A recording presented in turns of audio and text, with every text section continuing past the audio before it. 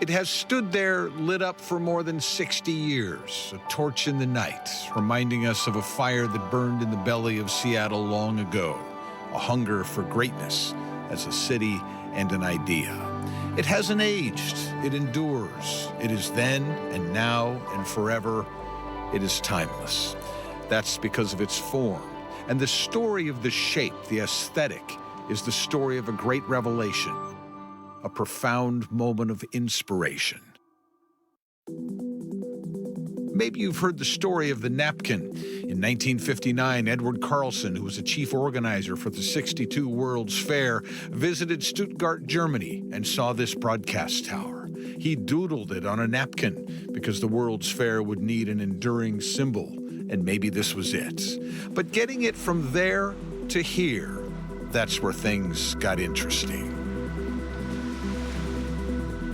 John Graham was an architect, and a good one. He designed America's first shopping mall, Northgate, and his firm, John Graham and Company, which was housed in this building in downtown Seattle, was given the task of designing the tower that would symbolize the World's Fair and the city and its yearning for prominence.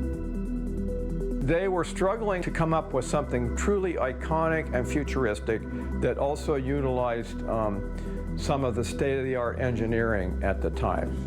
That's Peter Steinbrueck. He's an architect. Time was of the essence. The opening of the fair was less than 2 years away, and there wasn't even a design. So months went by, design after design, concept, sketches. They had, at one time I heard they had a team of like 10 or 12 designers, all sort of like working together in a studio environment with John Graham Jr. looking over their shoulders and critiquing things and saying, no, that won't work. Victor Steinbrueck, Peter's dad, was a hotshot architect in Seattle.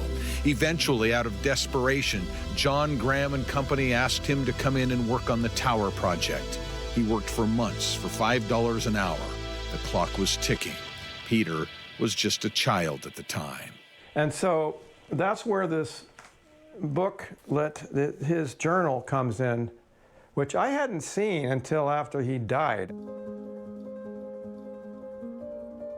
During the time that I was on the needle, I probably made 1,000 or 1,500 drawings of ideas, of development of the ultimate form.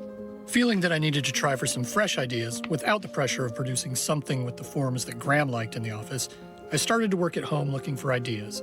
So one evening, probably about August 5th or so, I thought and put down on paper the essential structure concept and basic form that had become the needle.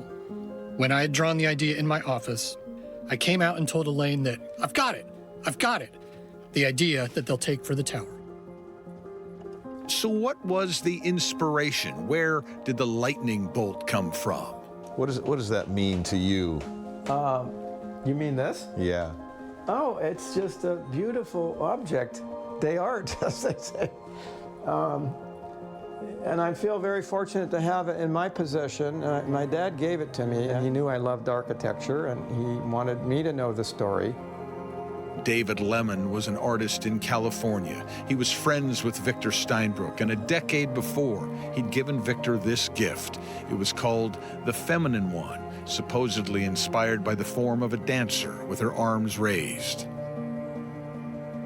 And so that day at his home in August of 1960, struggling for ideas, his eyes had come to rest on the small sculpture, and it happened. The actual inspiration or source of the idea is the aesthetic concept of the wooden sculpture of David Lemon's that we had had for about 10 years. It produced extreme visual tension by constricting the form in one section. I tried to do that with the tower form.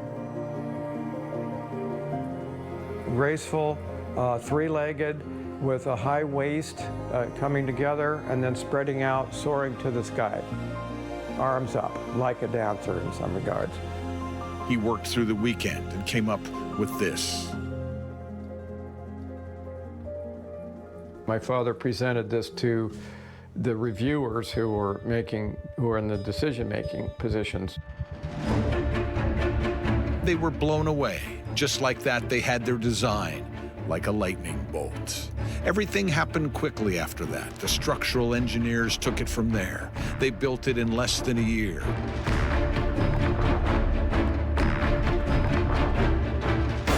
These photos give an idea of the kind of project it was. Gutsy, bold, fearless. The rotating restaurant at the top was John Graham's idea. And when the Space Needle was finished, it was beautiful. A fitting announcement to the world that the Emerald City had arrived. A photographer named Dale Cotton put these 3 pictures together to illustrate the progression of ideas. But somewhere along the way, the credit for the design of the needle went to John Graham and not Victor Steinbrueck. When Victor claimed that he was in fact the designer, John Graham and company objected. Victor responded, "Sue me." In his diary, he wrote, It was not the result of a consensus or team effort. I conceived it myself out of my own mind and feeling. Nothing else like it had been drawn in the office by me or anyone else. In other words, I did produce the basic structural concept and essential aesthetic form. John Graham did not do it. John Graham and company did not do it. These days, there's a sculpture at the foot of the Space Needle, a nod to life imitating art, a nod to Victor Steinbrueck's epiphany. Whenever he drives in Seattle, Peter Steinbrueck looks up at the high waist and the pleasing lines, the arms reaching up, the soaring grace of it, and he thinks about his dad, Victor. We all should. You must be very proud of your dad. Well, how could you not be?